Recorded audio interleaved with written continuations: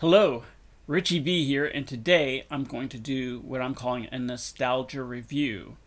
And this is a review that allows me to tell you a long and boring story. The first reason I'm doing a nostalgia review is my computer broke, my main computer, and so I'm on my laptop. And before I do another My Two Dads, I want to test it out, see how the quality is. And if the quality is good, I'll do another My Two Dads on this laptop. If the quality isn't that good, I will wait for my new computer that I ordered to do the next episode. I grew up in the 70s and 80s. I watched Happy Days, Laverne and Shirley, WKRP in Cincinnati. As I got a little older, MTV came out. So I remember all those great old videos. But anyway, one of the things I used to do for money is I would pick strawberries. Well, me and my friends would. There would be this bus stop, and this old school bus would come pick us up. I lived in Longview, Washington. The bus would go over the big Rainier Bridge, go over to the Oregon side. We would go down, I believe, around St. Helens. We'd go up to a farm there. And then we would each be given a row. And then you would bring your own bucket and your lunch. And for the day, you'd pick strawberries. And you would fill up what's called a flat. And you'd go take the flat up. Sometimes they would say it's not full enough. And you get maybe $1 or so back then for a flat. It really depended on what time of year it was. You'd get a little less early on when there was a lot of strawberries. But as the year would go on and you're picking a second time through a certain row, you'd get a little bit more per flat. Me and my friends would just hang out and we'd try to get rows next to one another. And we'd talk as much as we picked, but we'd make some money. You know, and you get paid every time you brought a flat up. So you got paid right there on the spot. They'd, give you the money right there. Things that we did, we'd bring a radio out. And I remember a lot of the songs that I would hear while picking strawberries. For instance, there was a song, You Can Feel It All Over, Stevie Wonder, You Can Feel It All Over. That was one of them. Another one I distinctly remember is Baker Street and that amazing saxophone solo. That was another one that I'd hear out there. And then, of course, there was I Want You to Want Me, the live from Budokan, the Cheap Trick. But there is one song I distinctly remember, and it's the song I'm doing the nostalgia review on, which is a song called Eruption. There was a change there was pre-eruption, then there was post-eruption. I truly believe Eruption just changed music. And for me, you hear it for the first time and I was like, what in the world is that? I've never heard anything like that before. Some of it was the effects, that Eddie had. Some of it was just the way the style of his playing. And it just had this real big sound to it. And later on I found out when they recorded early Van Halen albums, they would take these big Marshall stacks, stick them in a completely different room in the recording studio, and then they would turn them all the way up to 10, or if you're a Spinal Tap fan, they would turn them all the way up to 11, and they would get that big, full, thick sound. It was just amazing. It was eye-opening. In fact, when I look back on music, I think there was 3 instances where music was just changed, flat out changed. And the first, Beatles on the Ed Sullivan Show, it was like there was pre-Ed Sullivan and post-Ed Sullivan, and it just changed music. The next one was Eruption, when that came out. And obviously it was Eruption, and then You Really Got Me. For this video, I'm just talking mainly about Eruption. And then there was the video, Smells Like Teen Spirit by Nirvana. And that video just kind of rang in a whole decade of that 90s alternative sound. At first it was called grunge, but the people who played that music didn't really like that term. It was just that 90s alternative sound. And those 3 instances, and in the case of Eruption, going into You Really Got Me, after that, even though it was the late 70s, it really brought in what we think of as 80s heavy metal, which really defined not only the 80s music, but 80s music videos as well. Because after that came out, every guitar player wanted to be Eddie Van Halen. and every lead singer wanted to be David Lee Roth. The dyed blonde hair, jumping around with all these flashy spandex on, and I'm saying this is whether it's good or bad, because Van Halen was amazingly great. Not every Van Halen clone that came out after Van Halen was amazingly great. Some were actually pretty bad. If you ever want to see something kind of, I won't say it's bad, just a little, well, just look up the band Autograph and turn up the radio, and the lead singer with his poodle hair. And it's kind of a catchy song, but not every band that took that sort of glam metal, pop metal, that Van Halen 1, Eddie Van Halen sound, there was a change. There was a change between pre-Eruption and after Eruption.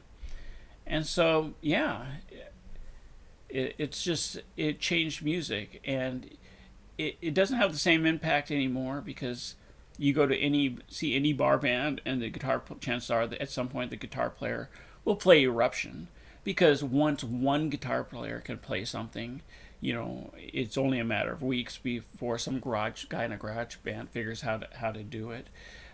Same thing happened with Jimi Hendrix. Jimi Hendrix was amazing, but then afterwards people started figuring out how to copy him, and that's why the originals are always better than the copies. So yeah, it changed music, this thing, and and so for those who weren't there, it's still a great solo. In fact, I'm going to be doing the original version, which is what I heard on the radio, but there's some great Eddie Van Halen live versions of this where he's just going off for 10 minutes on the guitar, So you can't really go wrong whether you listen to the original version or the live version. Anyway, these are just some thoughts on my first hearing of it and how it just blew me away, this solo. So let's get to it. This is Van Halen's Eruption. I'm not going to go into You Really Got Me, although it's a great song, and I am at least going to have to pause it once for copyright reasons. So let's listen to this with nostalgic ears, and let's see if it holds up. I mean, obviously it does. I don't even think that's a question. Okay, here we go. Van Halen, Eruption.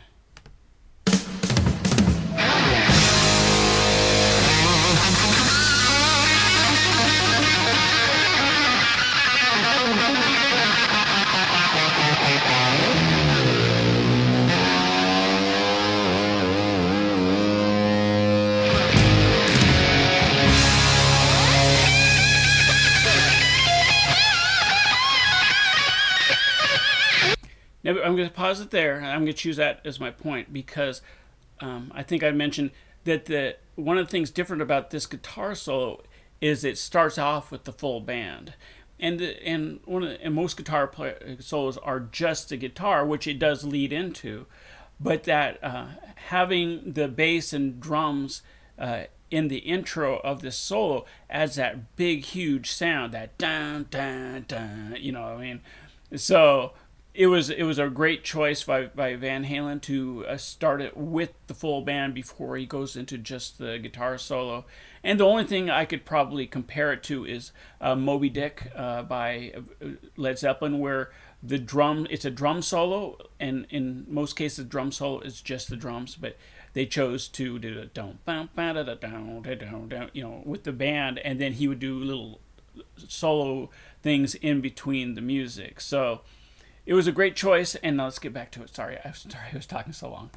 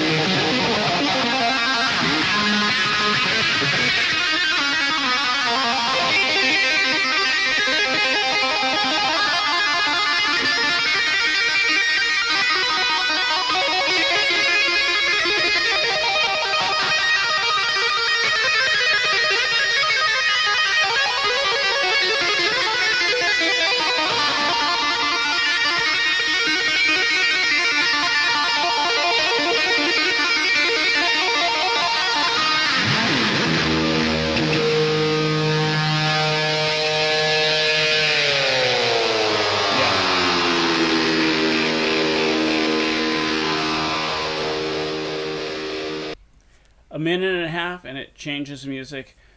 Yeah, and one more thing, Eddie Van Halen was known for his tapping. You know that's the.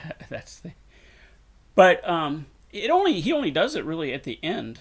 People made more of it. Like that's why he had that sound. Like the Eddie Van Halen sound was only because he would do the tapping with his fingers. But the first 2/3 of that solo are just him playing the normal traditional way.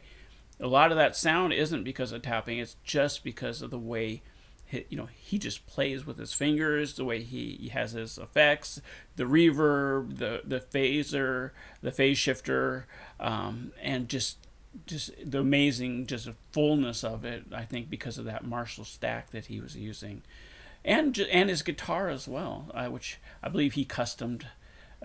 He kind of custom made it himself. Not quite the way Brian May did, which got that really unique sound. But yeah. Anyway, that was it. That was Eruption, the song heard around the world, or the shot heard around the world, or whatever you want to call it. And like I said, it really just made people stop and go, whoa, what in the world is that? What did I just listen to?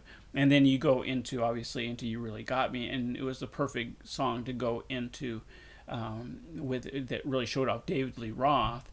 And if you ever watch the music video, it's kind of he's out there just wiggling around. Their early videos by Van Halen weren't necessarily the greatest, put it that way. They did figure it out eventually. Anyway, that was it. That was Eruption. This was my nostalgia review. If you liked it, hit like or subscribe. Yada yada yada. And I'll see you next time. And until then, have a blessed day.